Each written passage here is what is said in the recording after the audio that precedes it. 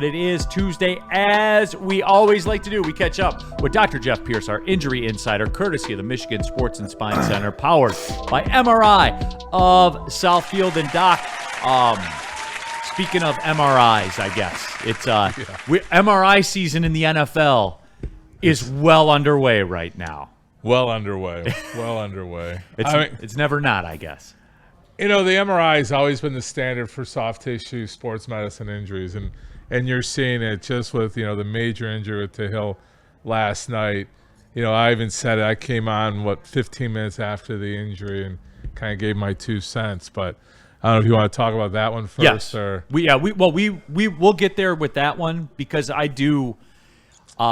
We can talk about the hamstring too. Correct, and that's where I wanted to go first because that's the one that so much to pick from. So much to pick from. Yeah, DJ Reed, obviously, initial speculation, people were scared that he may be lost for the season. He got carted off the field with a hamstring injury. So Doc, as just a general fan, an idiot like me, when I see someone carted off the field for a hamstring, my limited knowledge base says that's a tear. He's probably cooked. That's where I go first. So kind of take me through that, where they would say, what are the stages of the hamstring stuff, I guess. Well, first of all, bringing the cart out. So the cart was over cautious, right? So you saw how he was on the cart. He got himself up. I think the cart was a point of convenience at that point because it drove out there. I think everybody rushed because they thought it was a more serious injury. He didn't look like he was grueling in pain or anything like that, but we'll talk about Hill too, about their pain tolerance. But the cart always alarms everybody. The neck brace, the backboard, all that stuff. We've had a few of those lately, and as a person, and actually I was in the building, and it was like, doesn't seem like the injury was that bad. Is he bad enough? Yeah, he probably has a partial tear. What they're talking about now is that he is probably a partial tear. We've talked about the anatomy. Obviously, it's all the anatomy from your buttocks down to the back of your knee is your hamstring. It's not one big muscle, like I've said many times. It's multiple muscles and multiple attachments. So depending where that injury is, again, the worst injury is when it's closer to the bone, up in the buttocks in that area, or closer to the attachment at the knee. But when it's mid-belly, it's a partial tear. You have a lot of muscle around it. You can use the secret sauce type of thing. You can brace it to some degree. So I think it's going to be unlikely he's going to play this week. I think everybody's going to just kind of give him that 28, 48 hours to see how he reacts, because there's a lot of initial inflammation. And then as the therapy team, the training team kind of works with him, which, again, shout out to the Lions medical team. I mean, they're phenomenal. They're on board. They're right there. You saw Joseph go down in the game, and he looked like I put out, and I got to call myself out. I did that video where I thought he wasn't going to return, and he did return. Again, because what's going on in that locker room that we don't get to see, there's a lot of medical stuff going on, meaning reassurance, abilities to check. Like I was sitting pretty close to the sidelines, and you could see Joseph warming up and just trying to do that explosiveness. So he could be a player for us in the second half. But getting back to the hamstring, you can, you need to understand where it's at. And the more we get to find out over the next day or so, the more realistic we'll be in predicting if he's coming back. But I don't see him out for the season for sure. I think he's probably going to be 1 to 2, depending on, I forget who we play. We don't have a challenging game. It may be we have the Bengals next. Yeah. So that may Life be moves one of quickly. those. You want to let's get some of our other guys to step up. I doubt he'll play this Sunday, but I think he'll be game to game. Spenny, did you have something? Yeah, Doc. When they carted DJ Reed off, I saw the trainer putting his hand under DJ Reed's knee to elevate his leg off of the cart. Is that something that they would do just to get pressure off of the hamstring? Because I've never seen that before. What he's doing is putting a little flex in his knee to take that pressure off of the muscle. Okay. So as you see people, like if you straighten your knee, you engage your quads, but also lengthen your hamstrings. So he probably didn't want to lengthen it. He wanted to have it in a comfort zone area. Where do these injuries, right? We always talk, and it seems like we're never talking about the same one, right? But as far as like, I guess, so you've already said that you don't expect him to be out for the season. You don't. Is this one of those injuries, like as a medical professional, you know you're going to come across? Oh yeah. But are these ones that I guess we shouldn't, like, they're treatable and then over time? Like, I don't know, every situation is different depending on severity, but I mean, is it the strains and the pulls and this sort of thing as the doctor, you want to deal with that as opposed to concussions where you don't know it's a different thing? Like, Yeah. is this like old school, I guess, to say? It's old school, but I still want to impress upon everybody, it's not one big muscle. There's different areas, a lot of different things can happen, and we just throw into a big bucket of a hamstring pull, a hamstring strain, a hamstring tear. What does all that mean? There's 3 different major muscles. There's small attachments. There's small ligaments. People have, like we looked at some of the anatomy, like my anatomy, I think your anatomy, you have a longer muscle bulk versus the tendon, right? So if you have a long tendon, like a lot of our runners, they tend to have a longer tendon attachment and less muscle. Those are more concerning. But with most football players, you have a lot of bulky muscle there and a shorter tendon. That usually tends to lead to an easier recovery too. What do we want to hear? Right? Like, so we heard he could possibly be on IR. What as a fan do I want to hear the next report be? Like, it's just a strain. It's is that... Well, we already assume there's a partial tear. So partial tears, there's grade 1, 2, and 3. 1 is minimal. He's probably in that 2. Because if he was a 3, we'd already hear he's on IR. Right. So he's probably creeping between that 1 and 2 region, which probably leads to, let's rest him for 2 games. Let's get him healthy. Again, we're in that part of the season. We don't need to force it. We have people to back up. Not picking on the Bengals, but that plays a role in how quickly we need him. But again, if he's not zero pain, 80% recovered, he's useless to the team anyhow. So I think that's where we're going to go. I think we're hearing it. We're hearing that he's a maybe IR. So that means he's probably not a complete tear. He's probably that partial 1 to 2, probably closer to a 2 grade. And that usually takes that 2 to 4 weeks to recover. So I think they're going to buy some time, see how he responds, see what the MRI actually shows. He probably should have a musculoskeletal dynamic ultrasound to look at the movement of the ligaments and the muscle to see where actually it is, how inflamed it is. Because the natural ability of the body, once you tear something, you get the inflammation, you get all the swelling, you get all that RBC, all those cells climbing there. And that's what you want. That's what, like, when we talk about platelet-rich plasma, that's what the body's doing on its own. Just when we do that platelet-rich plasma injection, you're doing a higher concentration, which is the body's natural healing. All right, Doc. So I like this. No, because we're working backwards here. So we've eliminated, as we go back through, you say, all right, not the grade 3 because he's not on IR right away. So we're working through it. We're in the 1 to 2 range. So my follow-up question to all this is this, Doc. You say zero pain, 80%. Getting back to 80% is probably like the target range. Right. How about long term, I guess? Because I'm not going to put that on you. You're not involved to say it's going to be 2 Sundays from now by the second half of February. I'm not going to do that to you. But I guess my question would be this, Doc, and it's more philosophical. What is the he's playing versus he's healed versus he's good? You know what I'm saying? Because you cannot be good, but you can be real good, right? Yeah, I think even Campbell said it about McNeil. He's practiced, he's ready. All he needs now is the football thing, right? He needs that contact. So that's the thing. You want zero pain, full range of motion, and you want almost equal strength, right?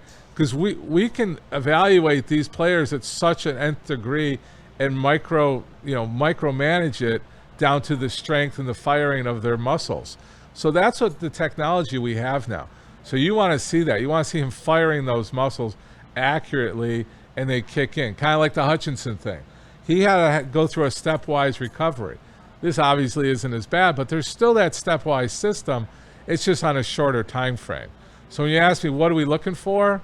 One, you're looking for 0 pain, 80% recovery, meaning strength. That means he has full range of motion. He's got full activity. He can backpedal. These guys got to be able to change directions on a split dime, right? So he's got a lot more movement than a lineman going three yards forward, 3 yards back. Not ripping on linemen right now, but they got a lot more to do with that. Woodward Sports chat thread. The prevailing theme by the people in the chat is they are targeting the game after the bye. Lions schedule sets up at Cincinnati, at Kansas City, home against Tampa for Monday night, October 20th, and then the 26th they have the bye week, so week 8. So they have 3 games, then their bye week. So right, if you had to bet on it, Doc, I think that would be the more comfortable thing because he's more important for us in the second half. You heard Kansas City's in there. That's one of our real games. But, to buy him time, like I said, he's in that grade 2 to probably 2, and you want to get that 2 to 4 weeks in. So that bye week buys you the 3rd week from now, and playing in that 4th week would probably be the smart thing to do. And I don't know, I'm kind of putting you on the spot with this, the Terrion Arnold shoulder situation. And I haven't really heard, a designated thing. Like, there seems to be more questions about that. I guess with the Reed thing, we kind of know what we're dealing with there. Right. But the Terrion Arnold shoulder situation, what have you heard about that? What did you see about it? What did you read about it, I guess? When you start hearing that and it's kind of quiet, I think it's a simple injury. I'm not saying there's NFL politics there too. A minor injury on a player that's not doing his best, maybe a time to let him sit and let the next guy man up, kind of work a few more shifts out there, to be politically polite. So I did want to talk about the Hill thing. I do too, because I'm curious, and I'm glad that because I was watching the game when it happened, right? I guess an event timeline is kind of an aggressive way to put it, but this was, from my understanding, what I read, all ligament damage, like all the ligaments, and a knee dislocation. Is this about as bad as it can be? It's about as bad as it can be without a fracture. The next thing is there a fracture? And it doesn't sound like there's any type of fracture. It was a complete dislocation. We're not used to seeing a knee do that. We're used to seeing a shoulder do it, right? Yeah. So you can evaluate the shoulder or simulate the shoulder the same way. It's that ball and socket, and it comes out. And it doesn't come out because of the laxity of the shoulder. People pick on like yoga, or we're doing too much, or you have too much hypermobility. The knee is a solid joint. To do what happened last night is crazy. It's crazy. I mean, that. So this is a unicorn event, even to you, who have seen it all. I've seen a handful of these with that angle, and them being able to reduce it, because you can see on the cart his knee is back, and when he's getting rolled out with the wheelchair, his knee is straightened again. So that means that hats off to the medical team to reduce it right away. And what that does is it pulls that joint. So the joint of the knee is like this. It fits and it's a groove, right? I don't know if we have the anatomy of the knee, but as opposed to the ball and socket of the shoulder where everything moves, you have a groove, the meniscus. So you can see here, that's a side view. Yeah. There's the front view. That's your kneecap. You have it's a groove that pops in there. So to actually remove that whole thing, you got to stretch every one of those ligaments, your patella tendon in front, your quad muscles, your collaterals on the side. You got your meniscus that's going to be disrupted. But I think we're going to see the ACL, PCL here in a second. Those are the ligaments. Those are the ones you always hear about. To have that much movement and the ACL to still be intact, which we know isn't, you have to have almost every ligament affected for that to happen. The good news is potentially there's no fracture. The recovery is all of 9 to 12 months on something like this. So this isn't one of those 4 to 6, or let's push to 6.